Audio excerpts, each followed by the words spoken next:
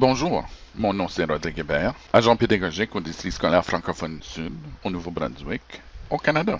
Cette série touchant sur le cadre européen commun de référence pour les langues, ou le CSDR, se veut un bref aperçu des caractéristiques des niveaux de compétences d'un apprenant d'une langue. Dans les épisodes précédents, nous avons exploré le pré-A1, l'A1, A2.1, A2.2. Nous sommes maintenant rendus au niveau B1. Le niveau B1 va être divisé en 4 parties.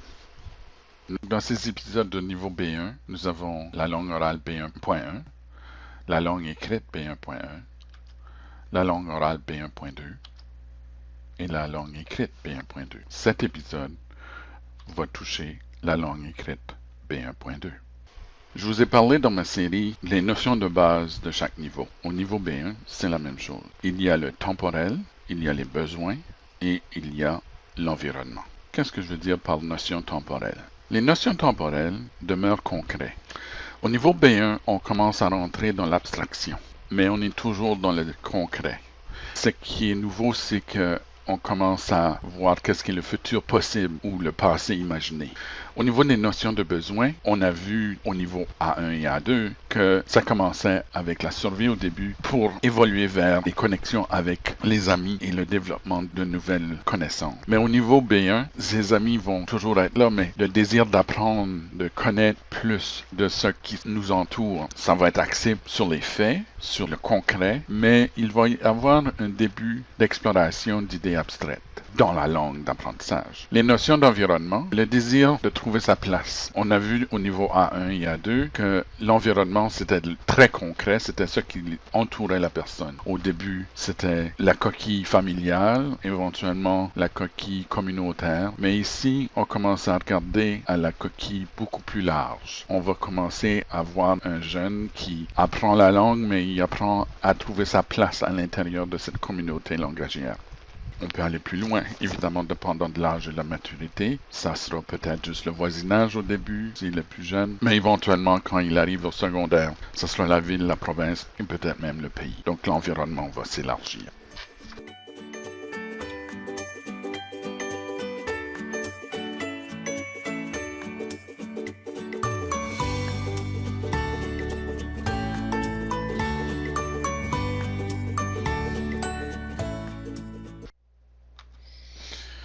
Le niveau B1.2, comme nous avons vu dans les épisodes précédents, nous avons parlé de la métaphore de la construction d'une maison.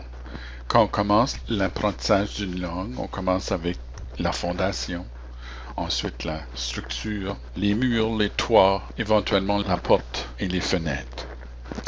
Puis maintenant, au niveau B1, nous parlons d'aménager les salles. Puis on est rendu au B1.2, les chambres et les salles de famille. Dans la langue écrite, il y a deux volets. Il y a la compréhension écrite et la production écrite. Dans la compréhension écrite, qu'est-ce qu'un apprenant peut faire? L'apprenant peut comprendre des textes factuels, simples, traitant des sujets liés à ses intérêts et aux matières scolaires. Vous remarquerez que nous parlons des intérêts, le sport, la mode, le social, toutes sortes de sujets. Et aux matières scolaires, parce que ça, c'est concret pour un jeune à l'école, les matières scolaires. Identifier la conclusion principale de texte qui argumente clairement pour un point de vue. Donc, un texte qui est bien structuré va indiquer de façon claire qu'est-ce qu'est le point de vue. En conclusion, nous sommes pour un projet de nettoyage du lac. Distinguer l'idée principale des idées secondaires d'un sujet qui lui est familier. L'idée principale, évidemment, ça va toujours être quelque chose qui est le tronc commun à l'intérieur d'un texte. Mais les idées secondaires vont appuyer ce tronc commun. Disons que le texte explique qu'il serait bon que tous les élèves aient la possibilité d'avoir une sieste pour la journée. Les idées secondaires seraient évidemment les choses comme ben ça c'est bon pour la santé parce que telle recherche démontre ceci. C'est bon pour le moral. Ça c'est toutes les idées secondaires. Bon, je donne juste un exemple. Ça peut être d'autres choses. Lire des versions simplifiées de romans qui a une structure claire. Généralement, les versions abrégées de romans sont bien structurées. Donc, si vous êtes en train de lire un roman avec votre classe, puis que votre jeune de B1.2, surtout si on parle de sixième en montant, puis en particulier au secondaire, si vous lisez un roman en classe, puis qu'il y a une version abrégée qui existe, donnez-lui cette copie pour qu'il puisse suivre, pour qu'il puisse comprendre qu'est-ce que les idées principales et les idées secondaires du roman. Comprendre des textes courts sur des sujets d'actualité ou d'opinion. Des textes courts, on parle de quelques paragraphes, on parle pas de roman, là, on parle pas d'un essai de 300 pages, là, on parle évidemment d'une lettre d'opinion à l'Acadie Nouvelle ou la presse. Maintenant, pour les plus jeunes, évidemment, les textes d'opinion seraient plutôt peut-être que quelqu'un qui exprime pourquoi ils aiment la crème glacée au chocolat. C'est plus simple, mais ça existe à tous les niveaux, comme vous le savez. Qu'est-ce qu'ils utilisent? Ils utilisent les dictionnaires bilingues, français et langue d'origine. Maintenant, il y en a qui sont en ligne, il y en a qui sont en papier, mais ils vont l'utiliser pour comprendre des mots de vocabulaire spécifiques, évidemment.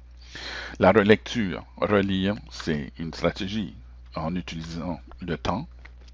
Et quelques remarques, les sujets familiers. C'est important de connaître ces jeunes pour identifier quels sont les sujets familiers et évidemment ce qui les intéresse. Puis les matières scolaires, parce que c'est des choses qu'ils vont voir à tous les jours. Puis n'oubliez pas évidemment les stratégies de lecture. Si ils ont des stratégies puis ils les utilisent, tant mieux. Si vous avez besoin de leur enseigner explicitement une stratégie de lecture, faites-le. Parfois ça peut être toute la classe, parfois ça serait des cliniques que vous leur enseignez et modélisez une stratégie de lecture quelconque. Pour la production et l'interaction écrite, au niveau B1.2, l'apprenant peut énumérer les avantages et les inconvénients d'éléments abstraits qui lui touchent. Ça pourrait être des choses comme l'amitié, la loyauté, la liberté, le bonheur. C'est abstrait comme concept, mais il pourrait identifier des éléments probablement concrets qui touchent ces éléments abstraits. Donc, qu'est-ce que ça veut dire la liberté? Décrire clairement des choses en détail. Il peut décrire sa chambre, il peut peut-être décrire son village natal, il peut décrire ses grands-parents, etc. Il va donner des détails. Rédiger un texte sur des sujets d'actualité qui l'intéressent. Si le sport l'intéresse, il pourrait décrire une vedette sportive puis ses accomplissements. La présence de sa communauté dans la ville où il habite et comment ça a une influence positive sur la communauté. Ça serait peut-être plus le secondaire, peut-être 7, 8e.